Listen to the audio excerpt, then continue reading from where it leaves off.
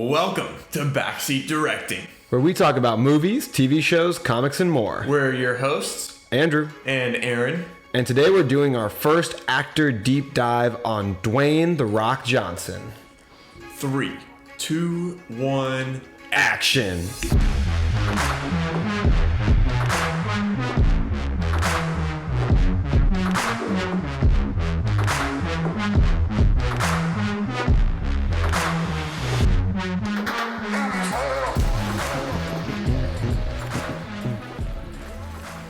All right, Andrew, like you said, on this episode, we are continuing our build-up for Black Adam. I'm so excited. Let's go. So, that movie comes out tonight, the day that this episode drops. So, we'd be on our way to the movie theaters right now as this episode is playing in our audience's ear. So, on Monday, we did an episode going over Shazam, which is the hero opposite to Black Adam. On that episode was episode 18. Go check it out. On this episode, episode 19. Holy crap, we're almost at 20 episodes. Isn't that crazy? So we're going to break the barrier. That's we're going to be in the top 90%. Does it feel like we've been doing it that long to get 20? Like 20 seems like a lot, but at the same time, like it's not that many. It feels like ages, and it feels like a very short amount of time. Yeah. Also. Like, do you remember life before this podcast? Anyways, this is episode 19, and we're going over the star of Black Adam, Dwayne "The Rock" Johnson. And like you said, this is our first actor highlight episode.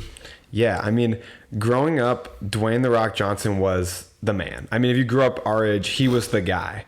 But like, where did that all come from? I mean, I learned things researching this week, you know? So yeah. I'm excited to dive like into that journey. Yeah, we're going to be talking about his movies, but then we're also going to be diving into his beginnings in football and wrestling. And then we'll talk about The Rock as a businessman and how he's become so successful. And then we'll kind of wrap up the episode talking about Black Adam. The trademark topic of this episode. Yeah. So, according to IMDb, The Rock has 99 actor credits, 41 producer credits, 2 writing credits. And that, of course, includes his movies, his shows, the WWE, video games, music videos, and some upcoming projects. Oh yeah, the Tech Nine song. I forgot about that. Yeah, so he has been busy in Hollywood over the last 2 decades. So we're going to dive into a bunch of his movies. Arron has agreed before the end of the episode to the audience that he will sing The Rock's verse on the Tech Nine song. It's about drive, it's about power. By the end of this episode, he's gonna perform for you guys. The rest of this tequila. Finish the Terramana bottoms up. All right, Andrew, you kind of broke down a bunch of his video or movies and stuff that he's done. Off the top of your head, what are some of your favorite movies that have The Rock in it? Okay, are we gonna do our top 5? Ooh, yeah. Because I didn't really pick exactly the ones beforehand, but I have an idea. Okay, so, top 5 movies with The Rock. Go. The Rock, like I said, to me was the man growing up. So I think about The Rock movies, the top 5, I think about my childhood. And I grew up, me and my grandma loved watching The Scorpion King together. That and The Mummy. But I love The Scorpion King. I went back and watched it like more as an adult, and it is pretty cheesy, but it's just a good like Dwayne Johnson action movie. He's a huge beast in that movie. That's my top 5 for sure. And I'm going to be choosing from like Dwayne Johnson movies, like traditional Dwayne Johnson movies. So for that reason, I'm going to like exclude Get Smart because it's not circled around him. So I'll go Scorpion King. I'll go The Rundown, classic action movie that I love. I will go with Game Plan. Definitely going to put Game Plan in there. Moana. I'm going to put Moana in there. I love that movie. My last pick's going to be a tough one. Give me your 5 and I'm going to think on it. All right. He's got a lot of movies. So kind of going off my childhood as well, for my first one in my top 5 is Race to Witch Mountain. It's a good one. I remember watching that. I don't know. I was probably like a 10, 11, 12, somewhere around there. And I remember thinking, man, that movie was so cool. I watched it with my grandma and my sister. And then I went to my dad the next day and I was like, Dad, you have to watch this movie. It was like an adult movie, but one that was like for kids. Like I could watch it. So I got all excited about that movie and I thought it was really good. I don't know if I'm misremembering, but I feel like that's maybe like one of the only Dwayne Johnson movies where he plays like a normal human. Like I think he had some military training in that, but like any other movie, like Game Plan, Joe Kingman, he's like, oh, he's the best football player of all time. Like G.I. Joe Retaliation, they're like, he's the best secret agent of all. He's always like the best of all time. Yeah. Yeah. Like, what is he in Race to Rich Mountain? I can't even. I know he drives like a taxi or something in that, but I think that's what he is. He's a taxi driver. That's an everyman Dwayne Johnson role. Like that is rare for this guy. I remember too saying to my grandma, I was like, this is probably like at the peak of my interest of like, man, I want to start working out. I remember saying, how are his arms so big? Like as he's climbing the ladder and you just see like his biceps busting out of his t-shirt. All right, moving on. Fast Five, Red Notice, Jumanji, and was that 4? Give me your 5th one. I think for my 5th one, I'm gonna go Jumanji: Welcome to the Jungle as well. Which Jumanji were you picking? The first one. Yeah, because I think that because of that role is so like uniquely like what I associate with The Rock, like the guy, you know, the guy who can he can pick up a truck and he's smoldered Bravestone like with the eyebrow and the smile. Like that's a uniquely suited Dwayne Johnson role. So I'll pick that for my 5 spot. Yeah, I think I'll put The Game Plan in there as well. Such a good movie. Yeah. Dude, I cried at the end of that movie. Like, Yeah. He's been in so many good ones, but at the same time, a lot of his movies are kind of like the same thing, you know? It's like Adam Sandler. If it ain't broke, don't fix it. If you've seen 1 or 2 of The Rock's movies, you've kind of seen them all, in a sense, you know? All right. Do we want to kind of dive into the movies that you broke down, or do we want to go into his top 10 grossing movies? Hit us with the top 10 grossing movies to set the stage for the movies we're going to talk about. Let's see where he was most successful. All right, this is according to ScreenRant.com. All right, so the first one, the 10th on this list is The Mummy Returns, with bringing in $443.3 million. This came out in 2001. And then in 9th place, coming out in 2015, we have San Andreas, $474 million. I didn't think anybody saw that movie. I'm not going to lie. I actually really liked this movie. Yeah, I did. I saw it in 2015, so it's been a while. Been 7 years since I've seen it. But I remember really enjoying this movie, actually. You haven't seen it, right? I didn't watch that era. I didn't watch that. I didn't watch Rampage. I didn't watch the Skyscraper movie. I was like... Yeah, I didn't see those last 2. But I did like this one. So I challenge you to give it a try. It was good. Coming in at 8th place, we have Fast 5, 2011, bringing in $626.1 million. This is a movie that like seemed to take him to the next level of stardom. And I think Fast 5 is the best Fast and Furious movie that there is. It felt very grounded, but at the same time, it had a very large scale to the movie. And who doesn't love a good heist? Yeah. You know? Is that the one with the vault being dragged through the street? Yeah, it is. So that one was my favorite Fast and Furious movie. Coming in 7th place, we have Moana, $643 million. That one's expected. Most Pixar Disney movies do really well. Is this Pixar? It is. Disney. Well, they're under the same umbrella, but I think Moana is Disney. Yeah, this says Pixar with it. Oh, maybe I'm wrong. I don't know. We'll skip past that part. 6th place, we have Fast and Furious presents Hobbs and Shaw, coming out in 2019, bringing in $759 million. So we're getting pretty high on the revenue scale. We have Fast and Furious 6, $788.7 million. I don't know if you're seeing a trend or not here, but he's really crushing it with the Fast and Furious movies. Fourth place, Jumanji: The Next Level, coming out in 2019, brought in $800 million. Another solid movie. Third place, Jumanji: Welcome to the Jungle, coming out in 2017, brought in $962.5 million. Nice. What a wild number. And it's been a really long time since the original Jumanji movie, so I don't think it's very much standing on the legs of that movie. It's had to have been like 20 years since that movie came out. Yeah, for sure. Did you like the Jumanji movie? It was in your top 5. I like all the Jumanji movies. The original with Robin Williams, I think, is definitely my favorite. All right. In second place, The Fate of the Furious, coming out in 2017, made just a small amount of $1.2 billion. Whew. That's a lot of money.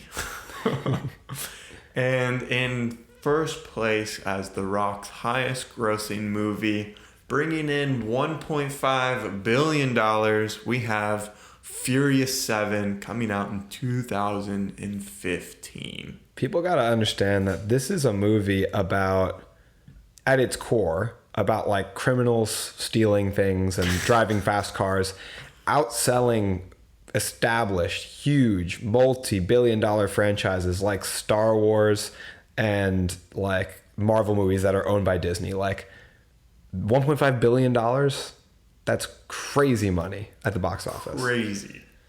And in no small part due to Dwayne Johnson. We will get into why I believe that. Yes. And from there, that kind of brings us to all the movies that you want to kind of dive in a little further, starting with The Scorpion King. So I see The Rock's career in terms of these eras. And I think that he started out as a WWE star. That's his first era as a wrestler. And then he has this era as like the action star.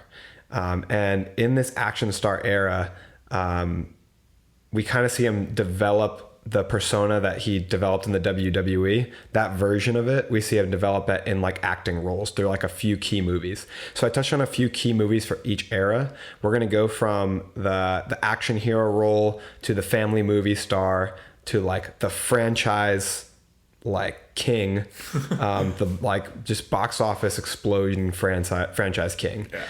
The money maker. That's the kind of the routes we're going to go through. And I touched on the movies that I felt like were big turning points that like touched like personally with me. So I started, like Aaron said, with The Scorpion King. Watched this movie all the time growing up. Me and my grandma loved this movie. Dwayne Johnson's like charisma really shines here, like the magnetism that made him so popular in the WWE, made him, so beloved by fans, shines in this movie. Like, dude's got like a great smile. He's got probably the best smile in Hollywood. Yeah, it's like endearing. You're like, oh, I feel like I can trust this guy. Yeah. But then he's got like a badass quality with his size, where the action in this movie is believable that he's fighting 10 guys at once because he's huge. Right. And I think that this movie is just a lot of fun. And I don't believe you've seen it. I have not. We'll have to put it on your homework. All right.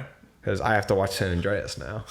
But The Scorpion King had a budget of $60 million and earned $180 million. So 3 times as much as their budget, not too shabby. It's also in 2002. Yep. Yeah, an earlier time. 5.5 on IMDb, which is very modest. And he stars in it as Matthias.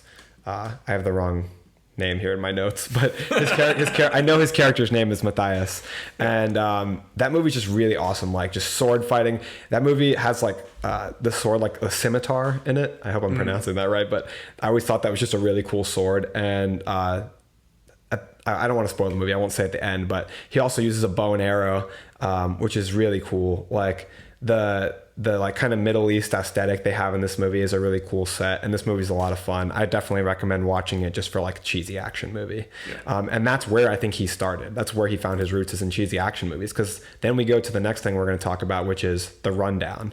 And there's a scene a lot of people reference in the beginning of this movie where Dwayne Johnson's going through a club, and Arnold Schwarzenegger passes him with like a quick cameo, and Arnold Schwarzenegger like throws him a line like, "Hey pal, Yeah, like he throws him like passing the torch. Yeah, exactly. That's what people see the metaphor as. Like Arnold Schwarzenegger, the great action star of like the 90s and early 2000s, here in like 2003, as he's getting older, passing that action star torch onto our man, and not Dwayne only "The Rock" just like Johnson. the action star torch, but the oversized, muscle-bound action star. Yeah, you know, that like over the top action star. Yeah, it was said a lot in the beginning of The Rock's career that like he couldn't call himself The Rock and that he's too big for all these roles, and much like Arnold. And then Arnold proved everyone wrong and is one of the most successful actors out there. That's one of the coolest stories to me, and things I have most respect for in Hollywood is Arnold Schwarzenegger choosing to stay with his name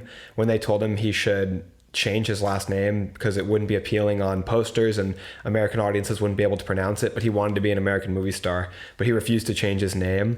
Like, and now everyone can pronounce Arnold Schwarzenegger. He made himself that big of a star. Like, that's the biggest glow up is like, everyone says Schwarzenegger now. Like, that's awesome. And then The Rock kind of has a similar parallel by sticking with The Rock. And now when I think of him first, I think of him as The Rock. He has a lot of names too, like the Great One, Rocky Maivia, Dwayne Johnson, DJ. Like he's got so many names, and like champ. people know him by all the names. Yeah, because he doesn't need to like stick to one name for brand recognition. He's that big.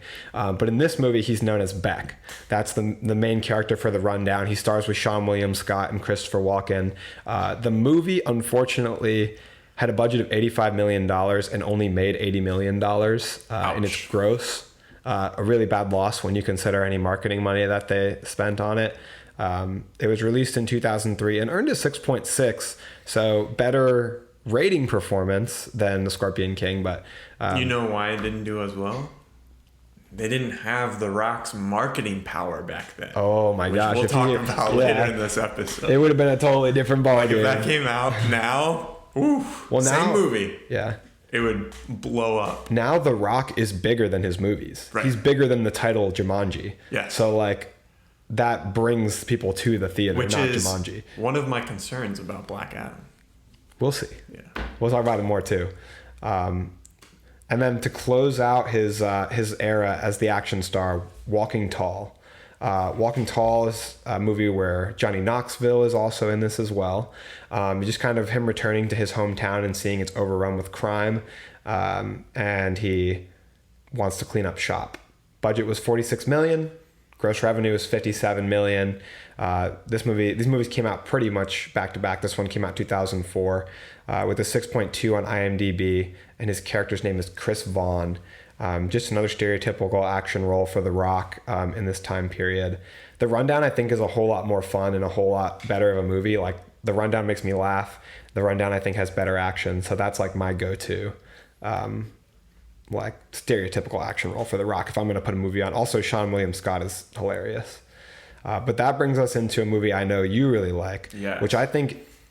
So in between this, he does a few movies, right? So going down his IMDb list, he did Doom, he did Gridiron Gang, he does a cameo in Hannah Montana, which is great. That, actually. It's great if you've seen it. It's like, that's Dwayne "The Rock" Johnson playing himself. Yeah. And then let's see, where is Game Plan on this list? Yeah. So then it's a long list, huh? Right after Hannah Montana cameo, the next thing on his credit list that I saw was The Game Plan. And The Game Plan is, I feel like, him stepping into like the family movie. Like that's kind of seems like a Disney movie. So tell us about that movie. What makes it special? Yeah, it's one of the first movies that I was introduced to The Rock in, right? And this is the Rock that I think of. Like I didn't see a lot of the earlier movies. This is like when I started to know who The Rock was. The Game Plan is a great family movie where he's one of the best quarterbacks in the country. Joe Kingman. That's right. And it's his daughter comes to stay with him, and he's divorced or whatever. And he's kind of not about it at first. He didn't know she was born, right? Something like that, yeah. It's been a while since I've seen this movie, but basically she ends up kind of stealing the show a little bit. She did a good job in that role too. But she is super cute little kid. yeah. But yeah, this movie was received pretty well on IMDb. It got a 6.1. The budget is $22 million, so not a ton for the budget. Modest movie, didn't have a lot of CGI or action, like he was kind of starting out with some of his other roles. And it brought in $147 million, so not too bad for a movie that had a budget of the $22 million. I feel like this movie really built this picture of The Rock as somebody who is like, he's a handsome guy, but he's not intimidating. He's strong, but he's vulnerable. Right. He's tough, but he's funny. Like they really created this like perfect man persona for him, and it led him into these family roles. Like he followed it up with Race to Witch Mountain, The Tooth Fairy, like these kind of movies. Yeah, and as a young boy growing up, it was kind of cool to see this very masculine dude being or showing kind of his sensitive side and showing that he can be fun and playful and family oriented and stuff like that. Like I think that had an impact on me growing up, was that like, hey, you don't always have to be this tough macho man, Yeah. It was, I enjoyed those roles, and I think a lot of people may have been like, why is he The Rock in this movie, especially like The Tooth Fairy. But like The Tooth Fairy is a funny movie. Well, I think that like people have been getting a lot more open in recent times about like men's mental health, and like movies like in Arnold Schwarzenegger's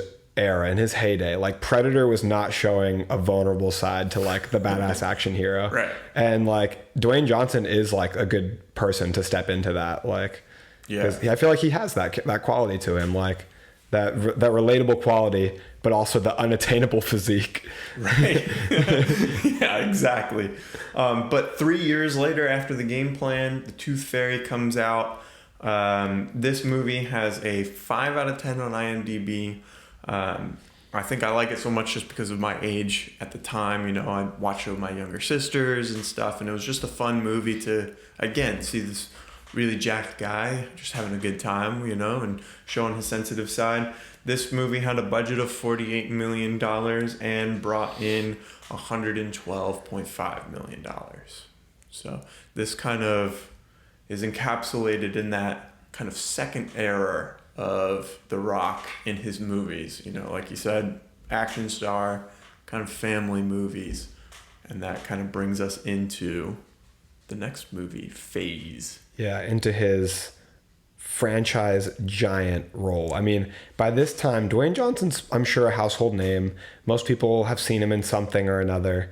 But with his entrance into Fast Five, he really catapulted himself into like the stratosphere of Hollywood action stars. Like, yeah, he was kind of that guy because they cast him in The Other Guys, right? They cast him and Sam Jackson in The Other Guys as the prototypical tough guys action star. But by Fast Five, it was a different ballgame because he really rocketed and he carried this franchise with him. So I have a bunch of statistics here and numbers for a mathematical explanation of how Dwayne Johnson himself elevated the Fast and the Furious franchise. So we see him in Fast 5, which is his first appearance as Hobbs. For comparison, I have Fast and the Furious, which is Fast and the Furious, the fourth movie in the franchise, to compare the numbers. So in the fourth movie, they spent $85 million and earned $360 million. Not too bad. Good, successful franchise. Yeah. With Dwayne Johnson's addition in Fast 5, they spent $125 million and earned $626 million, doubling almost the gross revenue of the previous film. Right. This is just 2 years later, so it's not separated by some difference in time where the public would have been more interested in car movies or any other explanation like that. The rating comparison, right? Yeah, the rating jumps up almost a full point from 6.5 in the fourth movie to 7.3 in the fifth movie with Dwayne Johnson. All of this with the same director. So not much else changing in terms of actors or the filmmaker. Yeah, so right? there was like one main variable that changed from this movie to that movie. And we see a big shift in the numbers. Right. So a few other arguments that people could make are that now they're spending more money on these movies. So let's look at it in terms of two eras. Let's look at it in terms of Fast and the Furious post-Rock and Fast and the Furious pre-Rock. We're going to do this in terms of 4 movies each. So there's 4 Fast and the Furious movies before Dwayne Johnson enters the franchise. Then Hobbs comes in, and then we've got the next 4 movies. Yep. All right. So pre-Rock, the budget for all the movies told together was $284 million. Again, this is Fast and Furious 1 through 4. Yes. And the revenue they earned was $961 million. Now, good ratio, right? Yeah, that's great. So they made 338% of what they spend. That's a 3.38 times return on investment, right? Fantastic. I would take that. Yeah. And then after adding The Rock into the franchise, the total 4 movies subsequently spent $725 million. Okay, so they spent more. They spent more, but they earned a lot more. Okay. $4,165 million. Jeez. This ratio means they earned 5.75 times more than they spent. That is a 237% increase in earnings from before Dwayne Johnson was on the series. Yeah, right? And I think it's safe to say that The Rock played the biggest role into increasing those numbers. Because, I mean, they had 4 movies before he came, right? That's a long time to build a fan base. It's a long time to develop an average, too. Yeah. And if you want to look at it in terms of them spending more money, you can definitively say that Dwayne Johnson's movies had a higher percentage because adjusting for the difference in budgets, you can take the different amounts. You can take the $725 million that they spent in all the 4 movies with The Rock. You can divide it by the $284 million that they spent in the movies without The Rock. And they spent 2.5 times more on average. So they spent 2.5 times more. But how much more did they earn when that's adjusted? If you divide the revenue earned for the post-Rock movies by that 2.5 figure, and then subtract that number from the amount earned before The Rock, there's still a $1,630 million difference, even with adjusting for the percentage and the different amount they spend. That's wild. $1 billion, almost, so more than $1.5 billion more money earned with The Rock, even adjusting for that percentage. That's insane. And you can't say that it wasn't him bringing in that revenue for this franchise. It'd be really hard to argue against that. I genuinely believe these numbers don't lie. And this is coming from somebody who thinks that unnecessary sequels are one of the worst things in the film industry. I'm not a fan of the fact that they have 9 Fast and the Furious movies, but the reason they have 9 is because they're making so much money. Yeah. And I think that it's indisputable from the figures. Dwayne Johnson played a huge role in this. The franchise, yes, huge success without him, but not the same kind of success that they have with him. That's crazy. And of course, there's the drama with The Rock and Vin Diesel. And I'd hate to see it. I love Vin Diesel. Yeah. I don't want him to fight. Yeah. Well, in some of the newer movies, they structured the movie to where they wouldn't have to be on the same scene together because they didn't get along that much, which is crazy. Is that the reason he's not in Fast 9, the saga? Yeah. Well, he doesn't want to work with him anymore.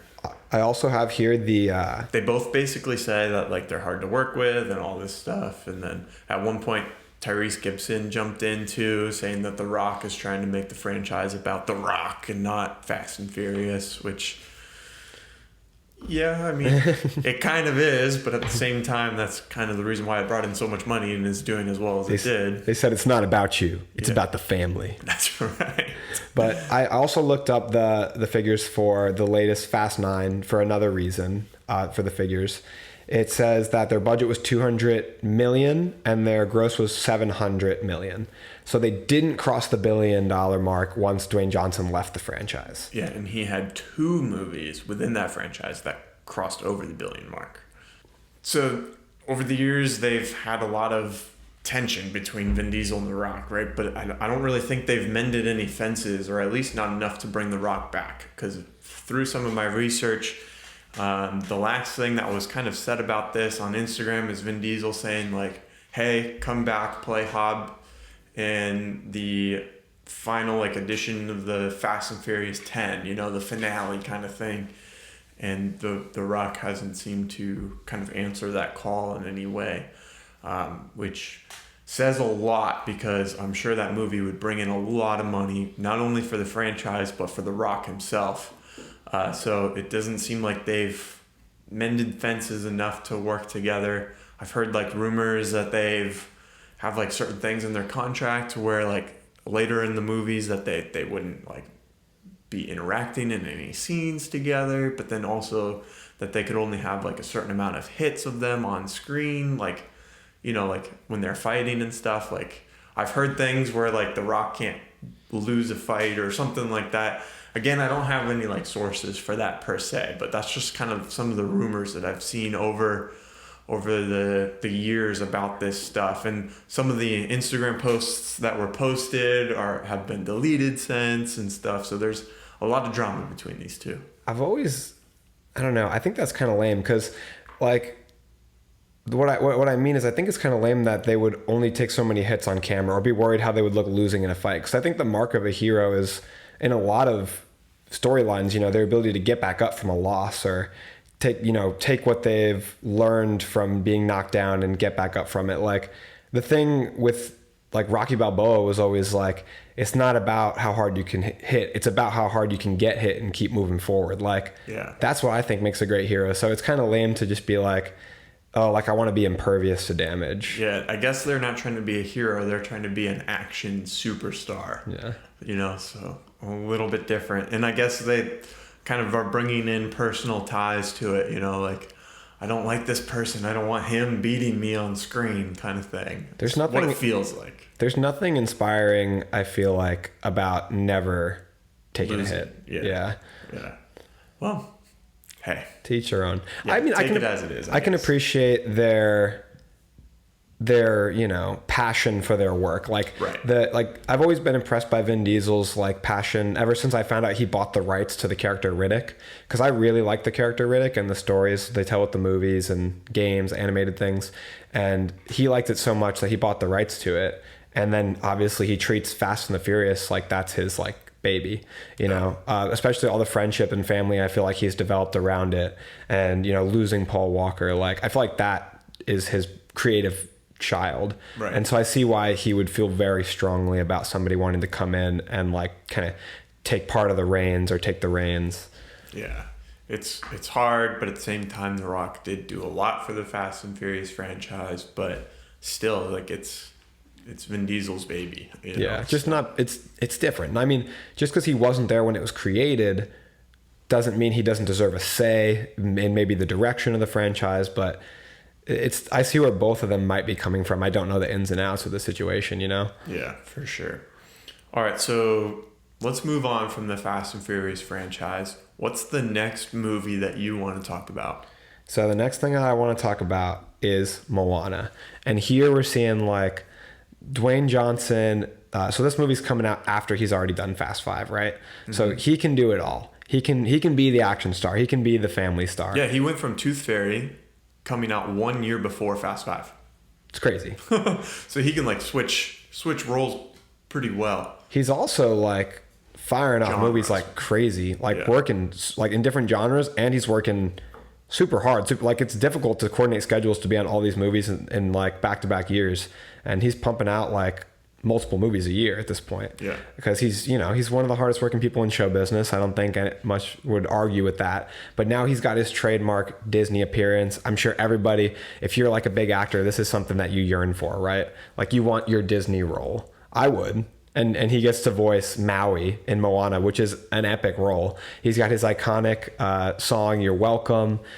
This movie it had a budget of $150 million, and like Aaron said earlier, grossed $643 million, released in 2016 with a rating of 7.6 on IMDb. And I love this movie. It's like one of my top I'd say probably top 10 Disney movies. Great songs. Animation's incredible. The way they show movement of water, like it was, I'm sure, really challenging and came out really beautifully. The character of his tattoos. The movement of his tattoos, such a genius creative idea, right? Yeah, like it's its own character almost. Yeah. And around this time in The Rock's career, we're kind of starting to see a lot of his personality and backstory come into the characters that he's working with, right? Being from Samoa heritage and stuff, like that was a big part of Hobbs and Shaw, that movie. It's obviously a big part of Moana. Yeah, I believe his culture is half black, half Hawaiian, if I'm not mistaken. Yeah. So he's bringing a lot of himself into these projects kind of at this point into his career. Yeah, which like every actor should be able to do. But I think in Hollywood might sometimes only be afforded to people with a certain level of status, when you can actually take control of your projects and pick and choose what you're going to be in rather than being told what you're eligible for. Right. So it's really cool that he has the chance to do this. And I think that like the Samoan culture is really interesting.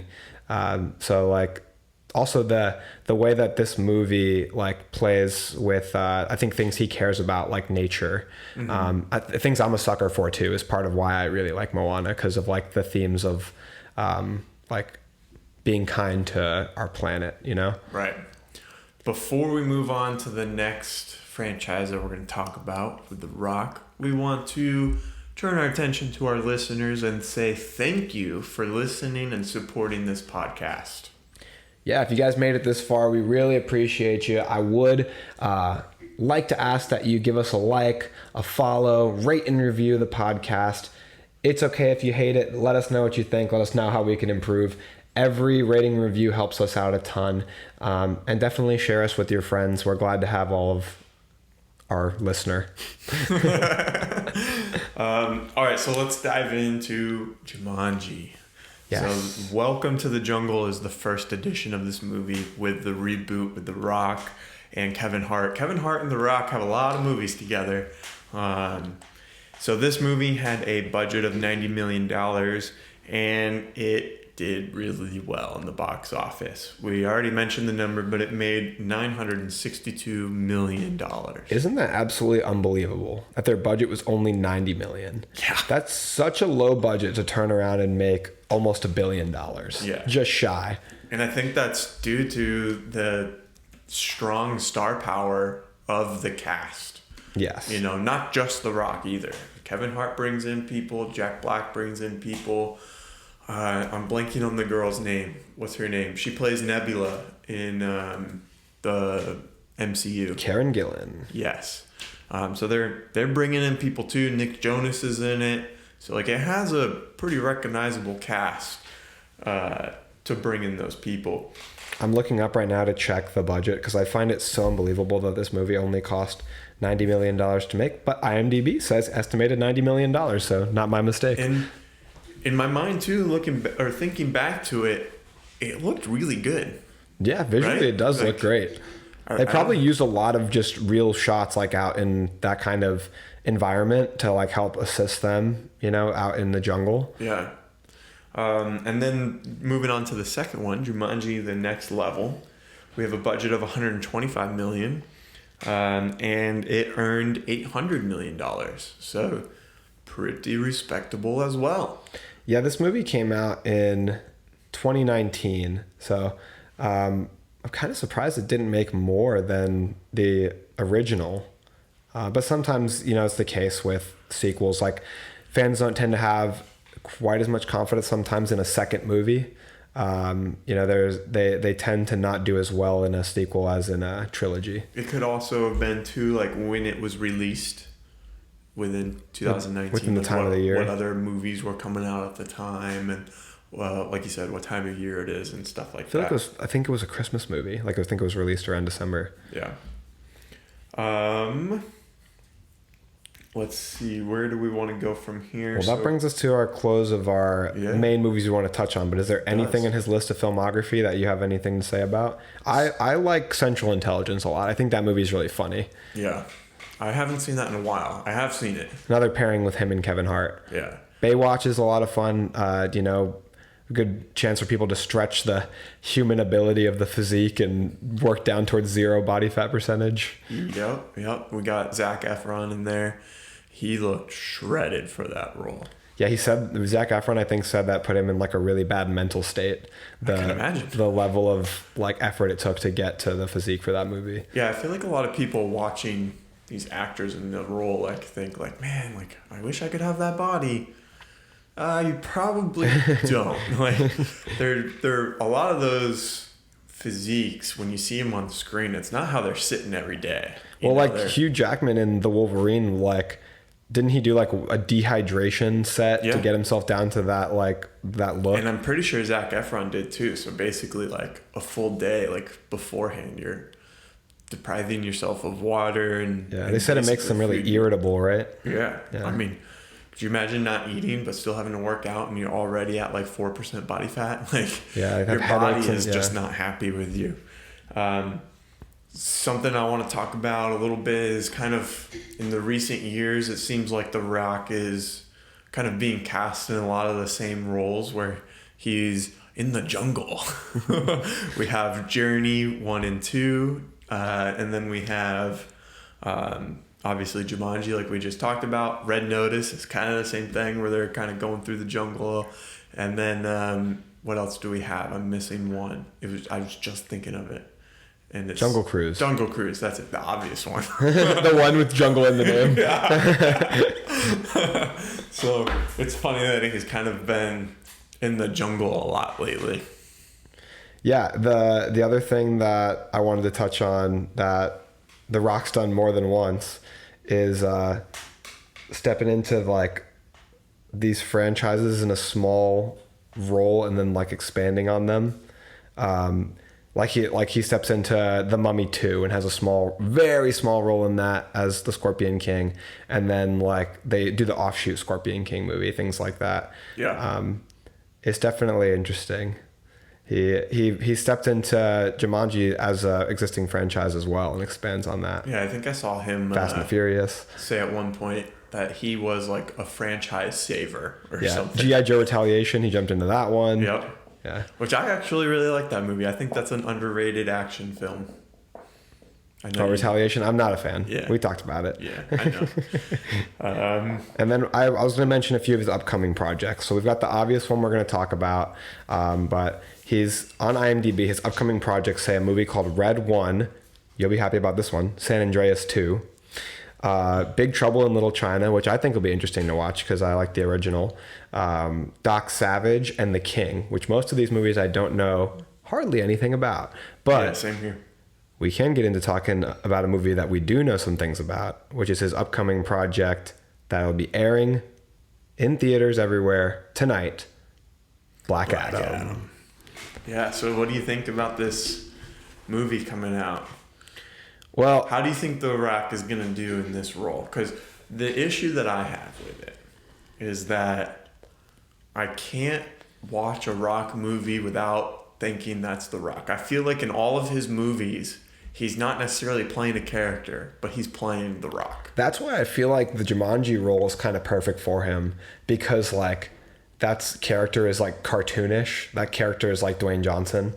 Yeah. He's playing Dr. Smolder Bravestone. Like that is a role like where obvious call out where it's like, oh, that's The Rock, and that's fine. Yeah. It's harder with some of these other movies. Like if you wanted him to give an Oscar-worthy performance, you'd be like, oh, like that's Dwayne Johnson. Like So maybe that will be the case in this movie. Maybe The Rock is so much larger than life that he overshadows Black Adam. But hopefully Black Adam is a good enough written character that he encompasses the role rather than it just defining Dwayne Johnson on screen. Yeah, I don't know. I'm kind of torn halfway. I'm hoping that the movie's good, but at the same time, I don't have a ton of faith in DC. They've been doing a little bit better recently. They got Shazam, Suicide Squad 2, and then in a different world, The Batman. So they've been putting out some pretty good movies lately. I'm hoping that this one does good, but as I've talked about before, I don't like it when villains are in their own movie and not introduced with the actual superhero that they're supposed to be tied to. And I think that kind of goes back to his star power and whatnot, and I don't want to say selfishness, but his drive to do the projects that he's passionate about. Yeah, I mean, it's not just like his creative projects. Like he has all other kinds of projects too. Like he's got his hands in everything, all kinds of businesses. Yeah, for sure. You looked like you had something to say when I was talking about him being a villain, not with his superhero.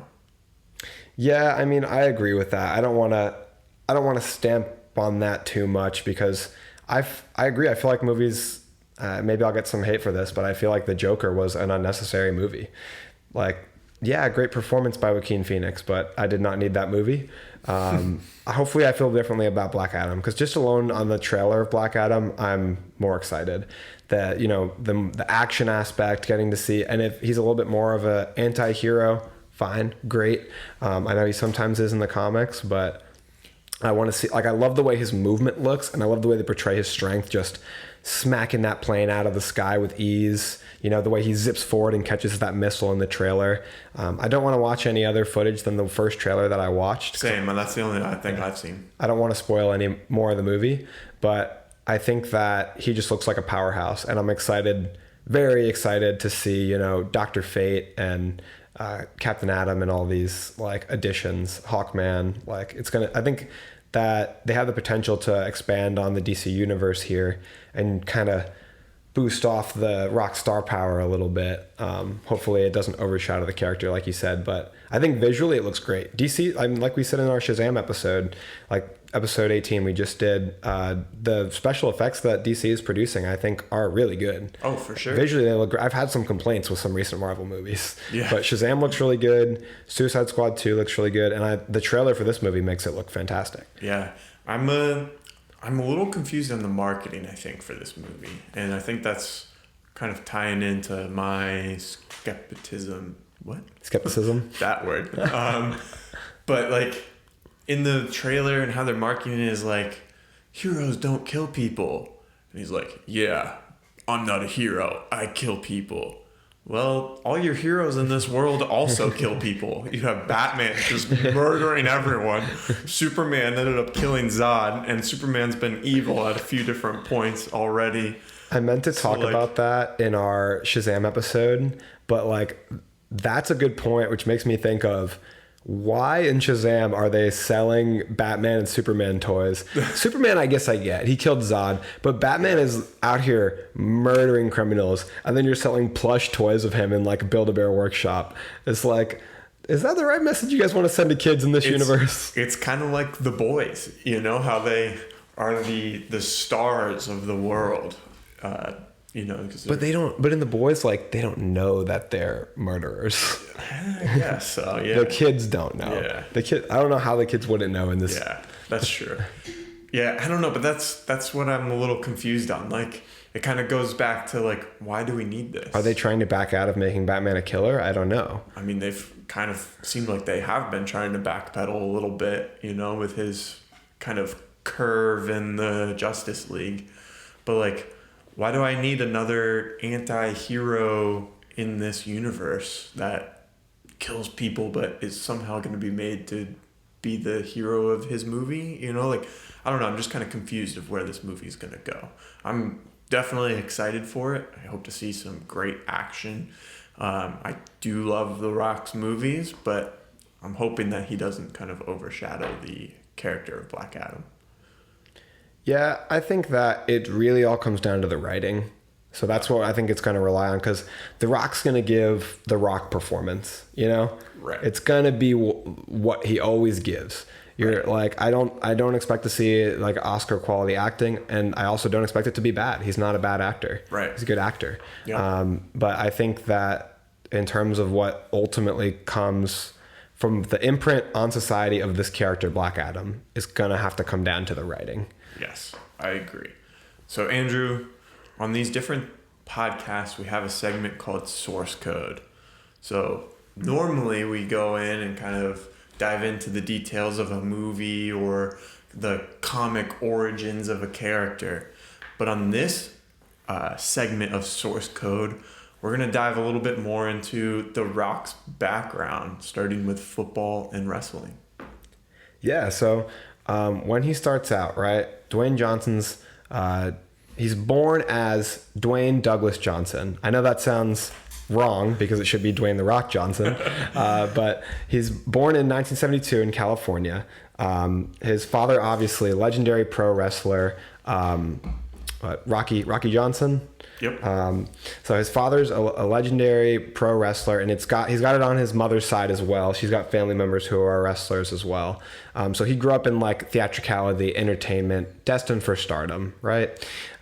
He grew up not wanting to wrestle, but wanting to play football. That was his dream. Yep. So he was a defensive tackle. Yeah, and he played at the University of Miami, so he played at a high level, and he ended up playing in a Canadian Football League. Yeah, he was on the national champion team for Miami. So he won a championship. Earning a championship, yeah. I think he was mainly I know he was mainly a backup. So I don't think he had any like actual game time in the championship. But it's still pretty cool to think that he was on that team. And I'm sure like the guys that are kind of second string, third string, like they don't necessarily brag about being national champions if they didn't really get to play, but they still play a big role in the team's success. You know, like in the practices and the lead up and all that stuff. Like, I think that's super cool. Yeah, team can't function without the second and third string. Right. Because then they forfeit if anybody's injured. They're, in my eyes, just as important because it's a team sport and they're part of the team. You know, they didn't necessarily drive the team to score the winning touchdown, you know, but they were still an important part.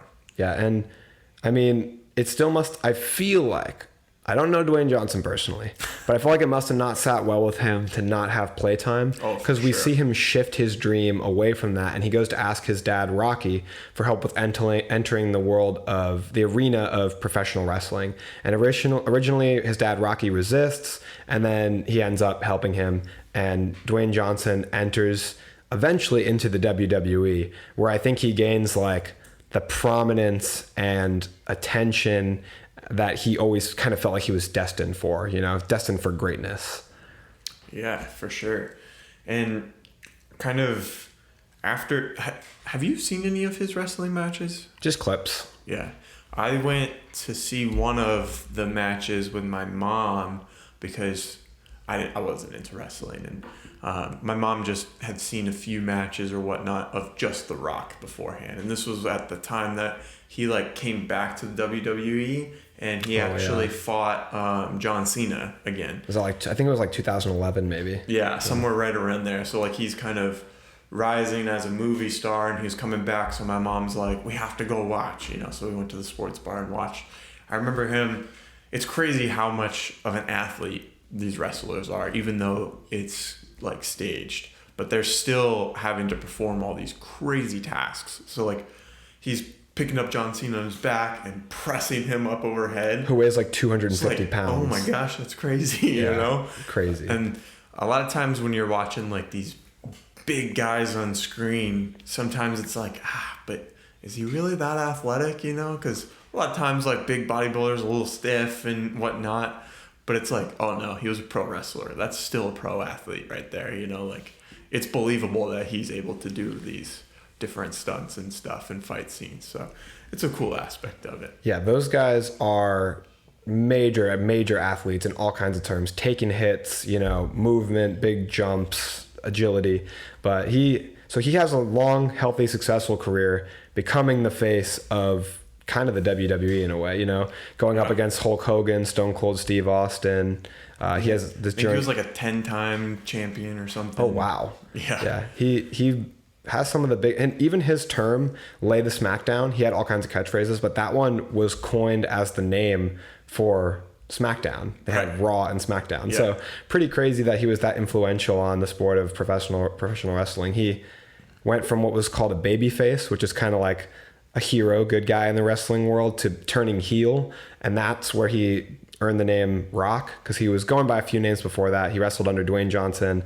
He wrestled under Rocky Maivia. He wrestled under a bunch of names until he landed on Rock, which I think is kind of his dominant name and defined him even after he left WWE.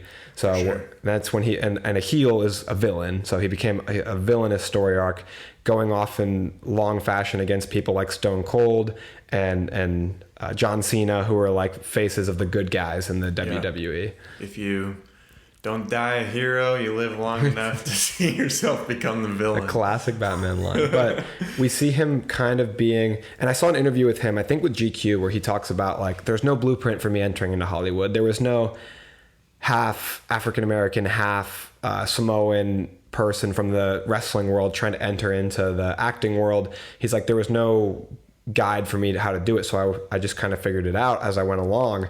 And his first notable appearance that I found in IMDb, outside of just things that were mentioned in wrestling, because there was, wrestling documentaries and wrestling movies.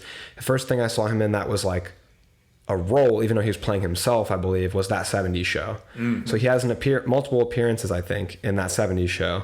And then like after that, he comes on in things like The Mummy Returns and The Scorpion King. But a small TV show role, little roles here and there, and then he breaks into the film industry. Yeah, and that kind of started his climb in Hollywood, bringing him to be the well-known movie star as we know him today. Yeah, and a big part of his like success too isn't just like his acting talent or his charisma. It's like his skills as a businessman.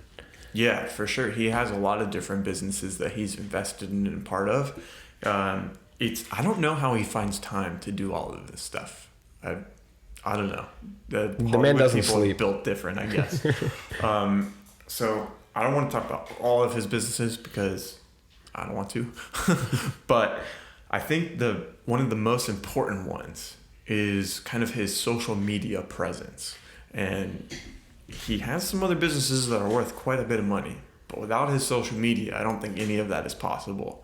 So on YouTube alone, he has 6.2 million subscribers.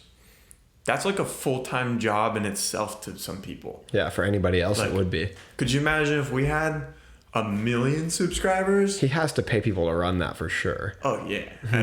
I mean, he has his production company that we'll kind of dive into as well, but yeah, I'm sure he's not sitting there, hitting record on his cameras and uploading them himself. He's like responding to the comments himself. Thank you for commenting. Like, comment, and subscribe.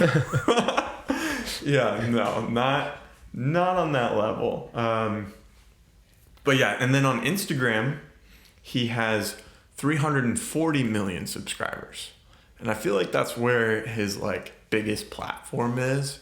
Obviously, the numbers say so, but he's very prevalent on Instagram. I don't know if you follow him, but he posts a lot of workout stuff, and then he's posting a lot of stuff about his movies and everything. And this is where like that kind of promotion value comes in play, right? He has access to hundreds of millions of people just at his fingertips. And if he says anything on social media, it's going to get a lot of attention, right? Because now he's built himself into the Rock, the Hollywood star. So this kind of helped him not only promote his movies and other projects that he's involved with, but also promote the different businesses that he decides to invest in. What kind of businesses does he invest in? So the first one that we'll talk about is Teremana Tequila, which I actually have a bottle of, which I didn't even realize until I was looking up some research on this, and my wife walks by and she's like, "Hey, we have that tequila." And I was like, this tequila, Teremana tequila, like we have that? And I don't drink very much, so she's like, "Yeah, let me go grab it. Here it is. We have it," which I thought was really funny. But yeah, the word Teremana is the combination of two words that are kind of come from his culture. So terra, which is derived from the Latin word terra, meaning earth, and then mana is Polynesian word for spirit. So the word put together is spirit of the earth, which kind of goes back to what you were saying, like the things that he's passionate about outside of acting and stuff is taking care of the world and stuff, and embodying a strong spirit. So it's said to be estimated that this company is worth $3.5 billion. And it's rumored to say that he owns 30% of that business, which that number could be off. Both of those numbers could be varied a little bit. But even still... Assuming they're close, he's got a stake of around $1 billion in a huge alcohol company. For real. And so his net worth is $800 million right now. Yeah, from what we can Probably find online. Yeah. So if he were to sell this company, which I don't think he's going to anytime soon, he'd definitely be at a net worth of over $1 billion, which that's wild. Yeah, I mean, I don't think people necessarily have a good concept in their mind a lot of times of how much $1 billion is.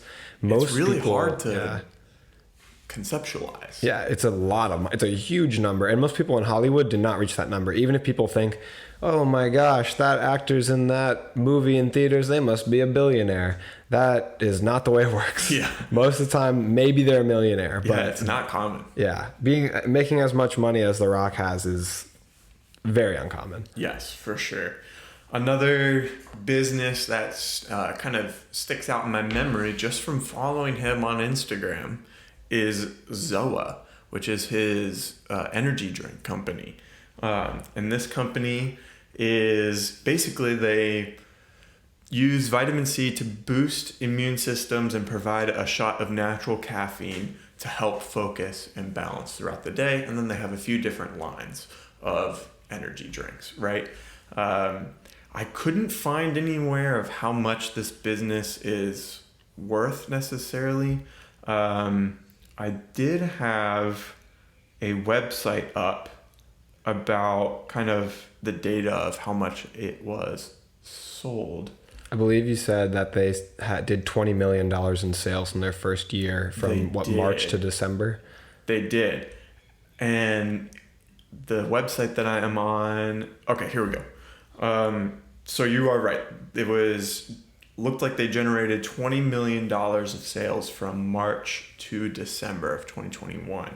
And in context, we have Mountain Dew, Pepsi's energy drink, had $92 million that year. Celsius brought in $177 million, Bang Energy $1 billion, and then Monster 1.7. It also sounds like Dwayne Johnson's energy drink company is pushing a little bit more of a healthier focus, which can be harder to sell and can be more expensive to buy. So there are some barriers to entry for some of the population. It is not easy to break into an industry that's so prominently dominated by these big Pepsi Cola. Exactly. Yeah. Multi-billion-dollar companies, so the fact that he's kind of breaking into the scene is crazy. And then again, kind of going along with his social media stuff, since he has a stake in all these businesses are promoting each other and promoting his other projects. So when I was doing research for Zoa, I was at their website.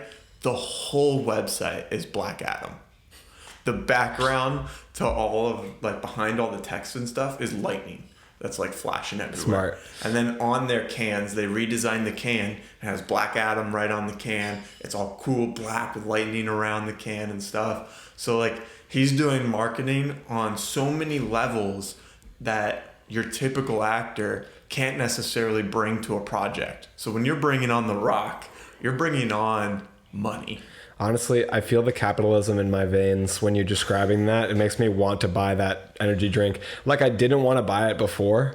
And then when you said that there was the Black Adam stuff on the bottle, it does make me want to buy it though. Right. And then to piggyback off of that, he has an Under Armour deal where he comes out with these different shoes and he has his own product line and stuff. And same thing, Black Adam shoes that are coming out. And I actually just saw on his Instagram page a day or two ago of The Rock himself unboxing the shoes, hyping them up, and then of course hyping up the movie and his classic, kind of handheld movie or handheld shot on Instagram. He seems very personable on Instagram. I don't know if you follow him or not, but I've seen his videos. He even though he's this big huge star, not all of his stuff is highly produced. A lot of the times it's just his phone in his hand or his phone set up on the counter or something in his private gym that he's working out in at 5 a.m. That's what I mean when I say he's this guy that seems like he could be your uncle or like your good buddy, or like you hang out with him in a bar, but he's also seems like this larger than life figure at the same time. Yeah. He really rides that line. Like he's made himself very relatable and approachable, but at the same time, like, he's accomplished so much that it's like hard to comprehend. Yeah, he's done a lot in his lifetime for sure. And he's still working harder than ever. Yeah, and like when he's not on a movie, he has his own TV series that he made, the Titan Games. That's what I was when you said like, how does he have time for this? That's the first thing I saw when I was like, wait, he's hosting the Titan Games? Like, not only was he hosting it, he like created it. That's when I said in the beginning that he has 2 writing credits. That's one of them. How can he host a TV show, be in so many movies, and run all these companies, and he has a family? Like, I have no idea. Where's the time? And he works out every day. Yes. Like, does this man not sleep? And stays on top of his diet with all that. It's like an incredible level of discipline. Discipline. Yeah, it's insane. I mean, like, it feels like that we're balancing a lot, you know, and that we're having to move things around just to do research for this podcast and He'd be laughing at me, be like, your schedule is wide open, baby. Yeah, it's like you have so much time. It's crazy. Kind of backtracking just a little bit, I want to talk about him being the highest paid actor as well in a number of years. So from what I could find, which some things are varied a little bit depending on the source, but from what I could find, he was the highest paid actor in 2016, 19, and 2020. And he was in second place in 2017 and 18. Yeah, I'm sure. What like in the world?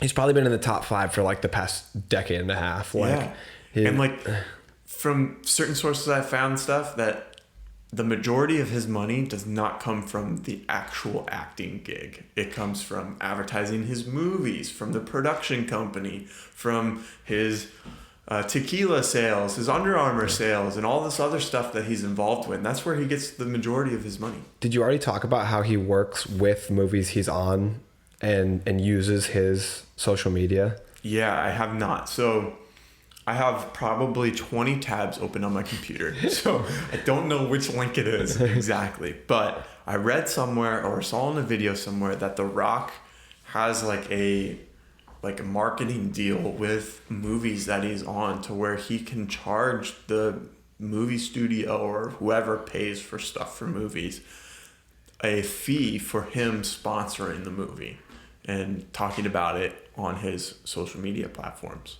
This is the craziest thing to me, because especially sometimes he's a executive producer on it, or $7 Production is a production company for it. And then he's now has that money being funneled into paying his Instagram, which essentially is paying him to promote the movie that he's already in, that's also paying him to show up to set. Yeah. Like, brilliant. I don't know how that worked out. Again, I don't know exactly how it works. Whenever I'm doing research on like how making a movie and how like all the money stuff gets situated, a lot of it is blurry, a little cagey. Like, yeah, even like you get the budget numbers, but that doesn't include any of the marketing, you know. So like, where does it all come from? And I think the way that he does it is he just structures it into his contract. And again, I don't know if that's like, let's say he makes $20 million from this movie. Is part of that $20 million him promoting the movie on his social media? Or is him promoting the movie come out of the marketing budget, which is something separate that he's getting revenue from? I don't know, but either way, he's making a lot from his social media presence and his presence in general with all these other companies. Yeah, I'm sure that like this week, because this episode's going to come out the day that the movie's being released, but I'm sure that in the upcoming 2 weeks to the movie being released, we're going to see a good rollout on like his social media, as well as just like ads in general for Black Adam. It's already all over his social media. Yeah. I'm sure it's going to ramp up though. For sure. He's going to have a video where he's holding his phone in his hand and he's like... wearing the suit. Yeah, no, he's like, thank you everyone. Nothing but heart to you guys. I appreciate all of you. I couldn't have done this without you guys. And it all goes down to blood, sweat, and respect, you know. It's about drive. It's about So there's already was a story that I just saw online that there was a small intimate early screening for Black Adam. He went to it unbeknownst to the other people in the audience, and then at the end of the movie kind of popped up and announced himself, and then he did like a polling of the audience for what they thought of the movie. Like, he just likes doing stuff like that, and he knows it's smart business. I've seen stuff like that for like the Super Pets movie that just came out, where he like surprises the family and comes out dressed up in the big dog costume. What? You know? Yeah, you haven't seen that? I haven't seen that. Yeah, you should follow him on That's social next media. But yeah, he does that a lot because he again owns the $7 Productions, which we didn't touch on too much, but basically he has a little theater, you know, and people come and visit and watch his movies and all that stuff. But then also he's producing a lot of projects through that company that's named after kind of his upbringing of where he was in his life when he was done with football. He had apparently $7 in his pocket, and he was able to churn it around to where now he's worth $800 million. That's a rags to riches story if I've ever heard one. Yeah. But give me $7 and I don't think I could make that much. So my question to you, Okay. if this can incorporate into our closing thoughts, my main question is, what is in your mind, the most iconic and your favorite Dwayne Johnson character, and why? This is preceding Black Adam, because maybe Black Adam comes out and that's our new favorite character. We'll have to see. I think probably Hobbs in Fast and Furious is probably what I think of first. But I feel like it's kind of like a trick question. Like, I just picture him playing himself, The Rock. I picture Dwayne. Can I pick The Rock from WWE? Yeah. I'd pick Matthias from The Scorpion King just because of nostalgia. Yeah. But I think that Black Adam's gonna possibly change that. We'll see. It's gonna bring in a lot of money. We are gonna watch it the night it comes out, and we will very soon after that film our episode to come out about that movie as soon as we possibly can. What is the last Rock movie you've watched? The last Rock movie. I just watched Jumanji: The Next Level last weekend, so that's what it would be. I watched it when Hurricane Ian came through, and we luckily dodged that where we live.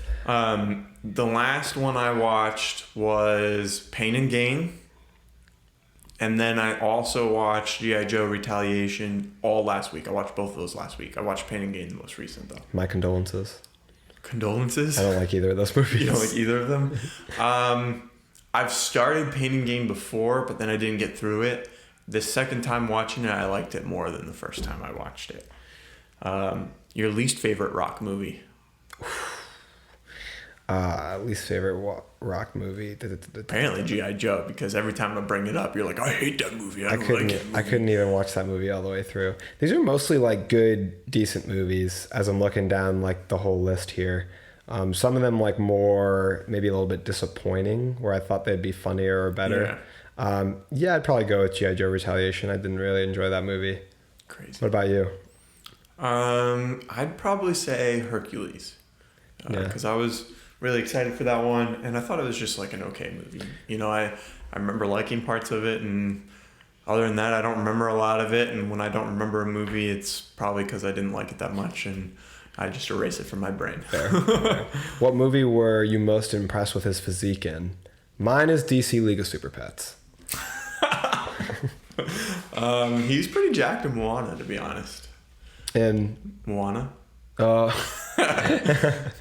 Returned. He was giant in Hercules. I know they always say that's his biggest weight, but I feel like I was most impressed with Pain and Gain. Yeah, he looked big. He looked bigger to me in Pain and Gain. Yeah.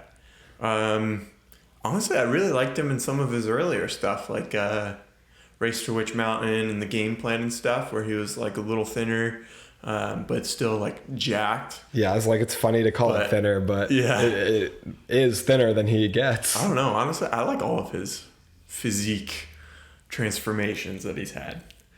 The movie that you remember seeing first with The Rock, I'm assuming, is The Scorpion King. Yeah. For me, is The Game Plan. And that kind of wraps up all of like kind of rapid fire questions that I have. Do you have anything else you want to add to this podcast before we close it out? Closing thoughts on The Rock. We'll both say something quick. My closing thoughts is that The Rock is not on my favorite actors of all time. He may not make my most impressive performances, but what he does do is make incredible movies that I love, that I enjoy going to see in the theaters. They're entertaining. That are a good time, entertainment, a good laugh. They make you feel better if you feel down. And sometimes that is more than enough of what you need. And I'm hoping that he brings his level of charisma and charm, even in his own way, to this darker character, Black Adam. What do you think? My final thoughts is it would be really cool to join him on a workout. I would love to see his workout routine, the weights that he's slinging around, and kind of how he kind of splits up his routine. I'd be interested to join him on a week's workout. I mean, one would be fantastic, but it would be really cool to see how he trains over the course of a week to get a good picture of his training routine. I just know that even though I'd be doing so much less weight, and he'd be having to like unrack the weights like every time, he'd still be like really intensely supportive. Yeah. He wouldn't be annoyed, but he'd be like, come on. He'd be doing his sets and then focus. Have you seen him doing that? Oh, the focus It was focus. Yeah. High intensity. So that would be fun to check out. Probably the thing I'd struggle with the most is probably not the workouts itself, not to brag or anything, but it's probably waking up as early as he does to work out. I'm not about that. So you would want to work out with Dwayne Johnson. I would want to hang out with Dwayne Johnson and Kevin Hart. That sounds like a blast. Yeah, that sounds like a funny time. All right. Thank you, everyone, for listening to this episode. This episode was one of our longer ones. Let us know if you like this format where we're talking about one actor and all the movies and roles and kind of what makes up their personality and their success as an actor or actress. We'd love to kind of dive into more actors and actresses. And if you have any recommendations, please let us know, and we'll see if we can put up an episode of them. Yeah, you'll notice a trend that we are promoting comments, but go ahead and let us know if you're excited for Black Adam, why or why not. If you have already seen this movie by the time that you've listened to this, let us know whether you liked it or not and what you thought about it. And we really appreciate everyone listening. Just make sure to like, follow, subscribe, rate, and review. Share with all your friends. We are on all the podcast platforms and YouTube. We do episodes every Monday and Thursday. And Andrew, that's a wrap.